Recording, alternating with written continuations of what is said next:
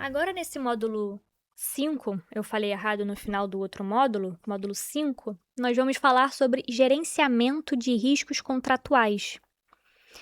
Quando uma empresa, a empresa A, que é responsável por construir os modelos, ok? Ela é contratada pelo seu escritório de advogados para construir um modelo. Ela constrói o modelo, você dá os dados, lembrando, anonimizados, para que o modelo seja treinado. Então, vamos supor que eu dei todos os meus templates de contratos sem os dados pessoais dos clientes. Então, eu sou dona dos dados que eu forneci.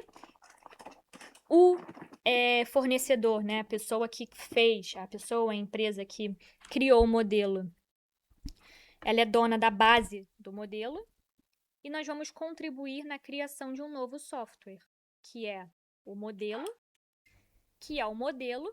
juntamente com os dados inseridos para treinamento e que depois vai cair, né, vai originar os outputs, que são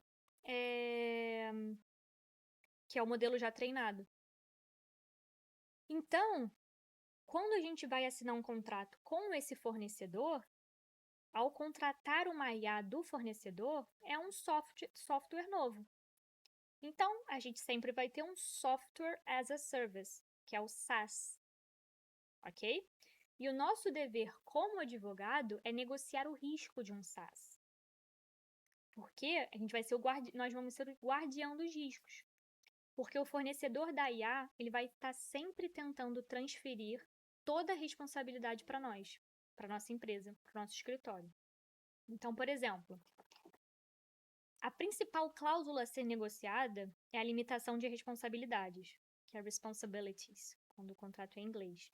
O fornecedor sempre vai vir tentar dizendo: não nos responsabilizamos pelos outputs, que são as saídas do modelo, e você como advogado, deve negociar uma cláusula que garanta que, se o erro foi provocado por falha no treinamento ou no design do modelo, a responsabilidade seja do fornecedor, especialmente nos sistemas de alto risco, que são aqueles sistemas que têm um impacto muito grande na vida de uma pessoa. Como, por exemplo, se a pessoa vai ser concedido habeas corpus ou não, se ela vai ser contratada ou não, se ela é elegível para receber um órgão ou não, ok? Depois, e os demais riscos vão ficar a nosso cargo. Mas os riscos que forem causados por um erro, por um bug, por uma falha no treinamento, no design, é do fornecedor, ok? Lembrando que o Software as a Service normalmente é uma licença. Então, nós vamos ter uma licença para atuar, né, para usar o modelo que foi criado para o nosso caso específico, ok? Depois, a segunda cláusula mais importante é de propriedade intelectual e indenização. Porque é essencial que o contrato garanta que, o cliente, ou seja, nós, no caso, detenhamos 100% da propriedade intelectual sobre as saídas geradas para o nosso caso em concreto. Assim como todos os dados que nós usamos, que nós demos para treinamento, vão ser mantidos conosco. Nós não vamos dar uma licença para que o fornecedor treine o modelo com os nossos dados. Por mais que sejam dados anonimizados, são os nossos dados. A não ser que tenha ali uma compensação financeira que seja atraente, né? Mas de graça nunca. E o segundo, né, é que o fornecedor deve indenizar o cliente, ou seja, nós, caso o conteúdo gerado pela IA, o output, viole direitos autorais de terceiros, ok? Porque se o modelo foi treinado com dados protegidos, com dados de outras pessoas, nós não temos direito a ter acesso a esses direitos de propriedade intelectual de terceiros. É a mesma coisa que a gente dá os nossos dados para treinamento, ok?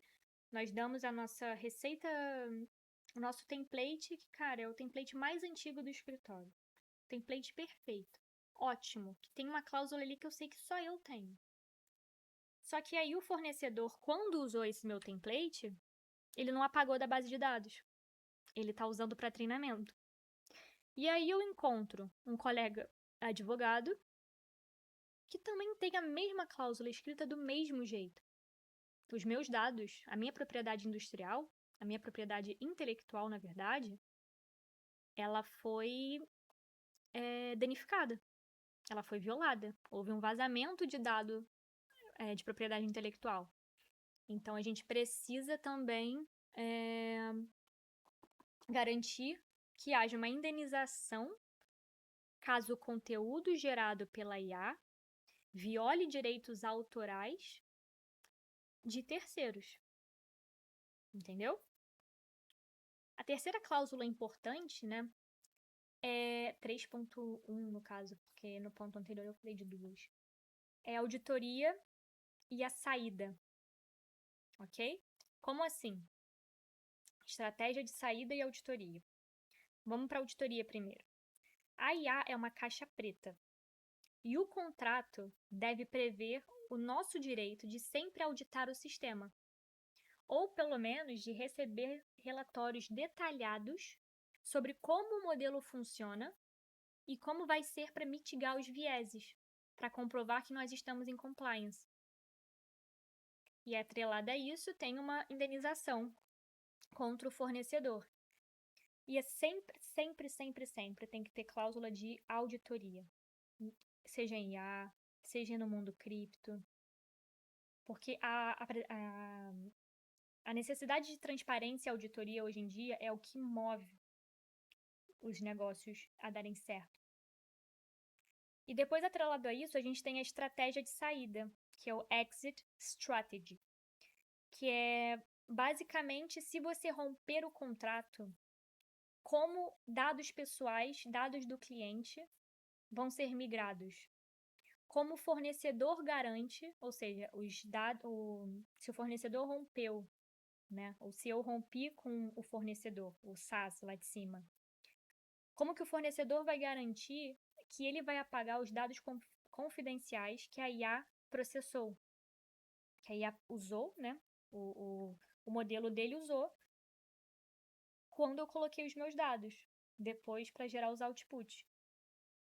Isso é básico de proteção de dados, isso é básico de RGPD, de LGPD. Deve estar sempre no nosso contrato, ok? Então, a inteligência artificial não é uma ameaça à nossa carreira, à nossa existência como advogado, mas ela é uma catalisadora, porque os advogados que resistirem a isso, a essa nova onda, serão substituídos pelos advogados que usam a IA, ok? E hoje em dia, eu gosto de dizer, eu até converso isso com os meus professores, é que os advogados precisam ser arquitetos de risco e de compliance algorítmico. Porque a gente precisa saber de um pouco de tudo hoje em dia, pelo que eu vejo aqui. E saber ligar os pontos, saber fazer as perguntas certas, saber conectar as matérias, tá? Então, vamos lá. Vamos recapitular o que a gente falou por aqui. A gente entendeu o que são os tipos de inteligência artificial. Você entendeu o que é o prompt engineering, mas sempre de olho na alucinação. Você entendeu quais são as ferramentas necessárias para se construir um compliance de risco de IA, né? E todo o arcabouço, toda a documentação necessária, ok? Já temos um framework, você já sabe como é que se faz, você já sabe aonde se recorrer, né? E já deu uma olhada em como funciona algumas das regulações. E como advogado, nós temos que saber como evitar desastres, como agir e pensar de forma rápida para evitar o aumento de riscos, como agir com ética, como agir contra alucinações, como monetizar o nosso conhecimento através de compliance, através dos contratos. E por hoje é só. Essa aula foi muito interessante, eu consegui rever tópicos que eu não via há um tempo do meu mestrado. E te espero na próxima pílula. Qualquer dúvida, só mandar um e-mail ou uma mensagem lá no Instagram.